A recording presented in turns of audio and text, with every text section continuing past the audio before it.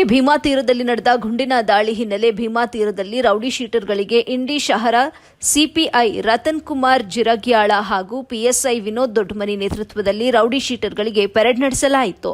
ವಿಜಯಪುರ ಜಿಲ್ಲೆಯ ಇಂಡಿ ಪಟ್ಟಣದ ಇಂಡಿ ಶಹರ ಪೊಲೀಸ್ ಠಾಣಾ ಆವರಣದಲ್ಲಿ ರೌಡಿ ಶೀಟರ್ಗಳಿಗೆ ಪಿಎಸ್ಐ ವಿನೋದ್ ಖಡಕ್ ಎಚ್ಚರಿಕೆ ನೀಡಿದರು. ಅಲ್ಲದೆ ಯಾವುದೇ ಗ್ಯಾಂಗ್ ವಾರ್, ಗಲಭೆ ಸೇರಿದಂತೆ ವಿವಿಧ ಕ್ರೈಂಗಳಲ್ಲಿ ಭಾಗವಹಿಸಿದರೆ ಕಠಿಣ ಕ್ರಮಗಳನ್ನು ತೆಗೆದುಕೊಳ್ತೇವೆ ಅಂತ ರೌಡಿ ಶೀಟರ್ಗಳಿಗೆ ವಾರ್ನಿಂಗ್ ನೀಡಿದರು.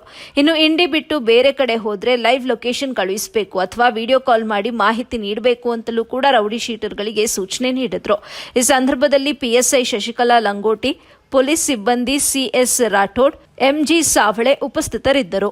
ವರದಿ Amida Mulla, AB news crime reporter, Vijayapura.